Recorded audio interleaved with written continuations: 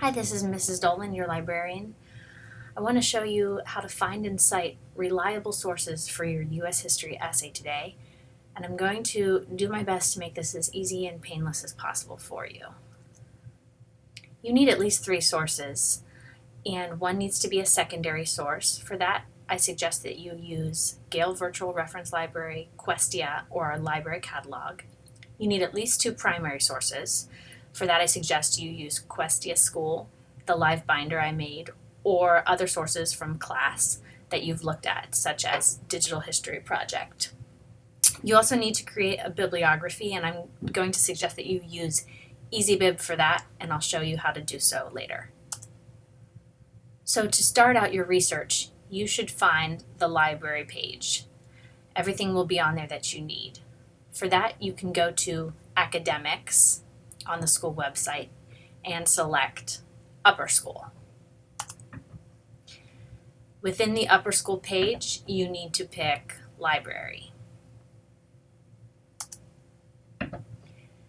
When you scroll down, you will see the following picture, and I want to focus on 4 resources today with you: the Brimmer and May Library Catalog, Gale, Questia, and EasyBib. To start out, I think you should go to the Gale Virtual Reference Library. If you can find a few reference articles from special subject reference books on your topic, that will be an ideal type of source for you. So to practice, I went in and I searched for Haitian Revolution, and I got 176 results. And the first few seemed ideal for my project, so I'm going to show you one of them. I picked the Haitian Revolution, an overview from the Encyclopedia of African American Culture and History.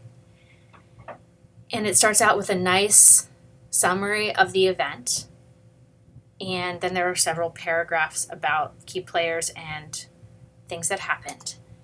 I especially liked the summary at the end, which discussed the impact of the Haitian Revolution and broadened it outside of Haiti and into how it affected the world at the time.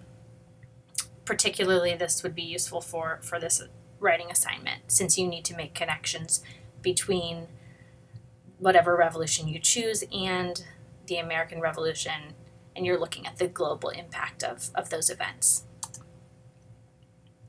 Also, don't forget about the library books. We do have some good books for you in the library, and you can search those by going to the Brimmer and May Library Catalog and searching in the box where you see the arrow. When I searched for Haiti and Revolution, I got 150 results, but that would also include lower school books, so just keep an eye out for that. I saw a biography of Louverture that looked useful. I saw a book on slavery in the New World that would be in nonfiction, and the Louverture books would be in the biography section. The B there stands for biography. If you look down below, the J in front of the other call numbers, J.B. Einstein, the third one down, that's going to be lower school books. J stands for juvenile, so that's not going to be in our library.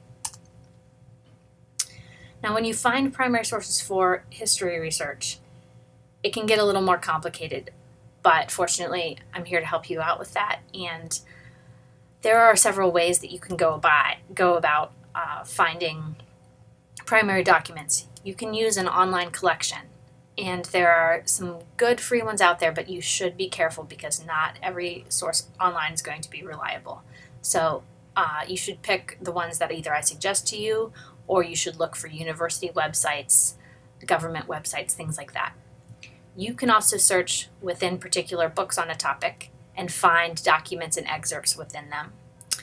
You can find a book that is a collection of primary documents. That's often called a source book, and you'll find a number there.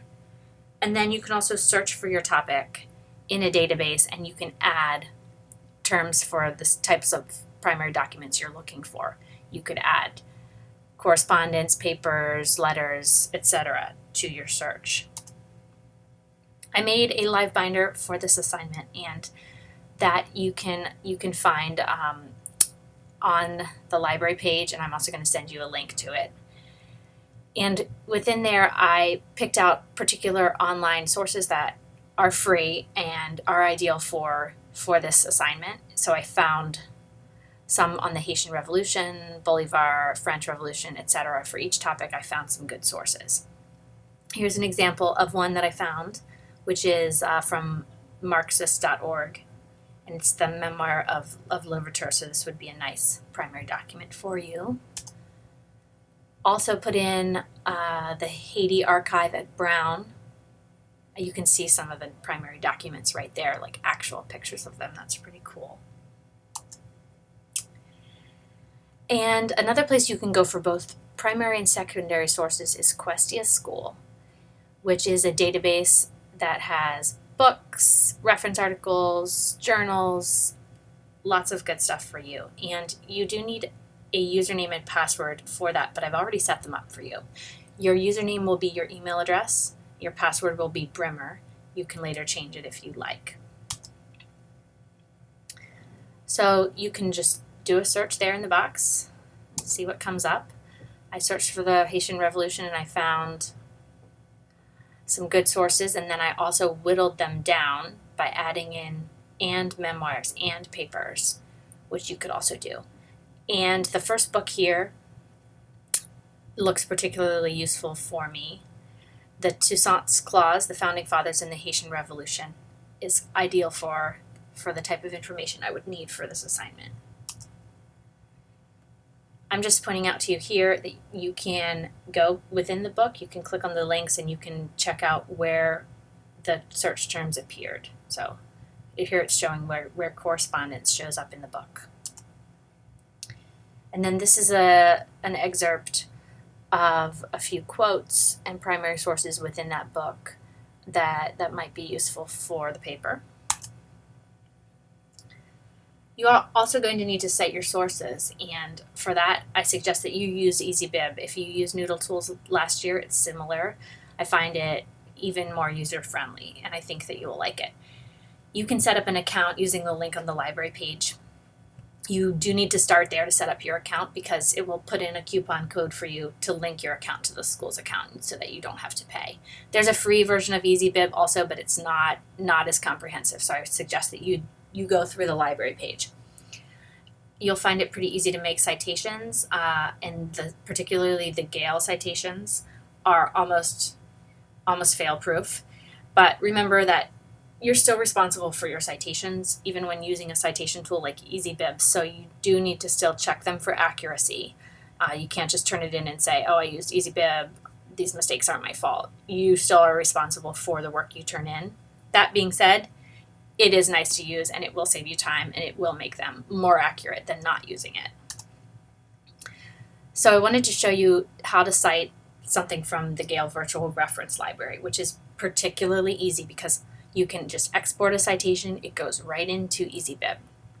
So for that, you want to go to Citation Tools within the database. When you have an article you like, you pick up Citation Tools, and up pops this window.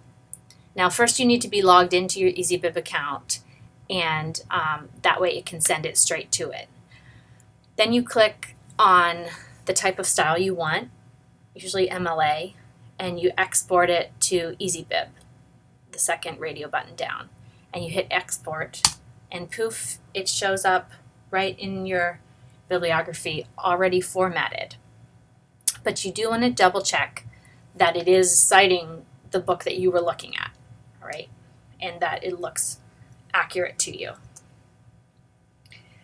When you're citing primary sources online, it can get a little tricky when you're citing something from a free website. It's tricky because often the free websites will post a document that originally appeared in a book, and then it will be posted online. So it can be hard for you to figure out what exactly it is that you're citing. The good thing is that most of these websites will put in the source that they used to find the document. So when you cite it, you need to find the original source that was used. As you can see here, I have the arrow pointing to this title, which was a book apparently in French, published in 1795. So what I'm going to do to cite it is take the title, cut and paste that into EasyBib in the search box, and I'm going to hit cite this. And EasyBib is smart enough to be able to find where this appears online.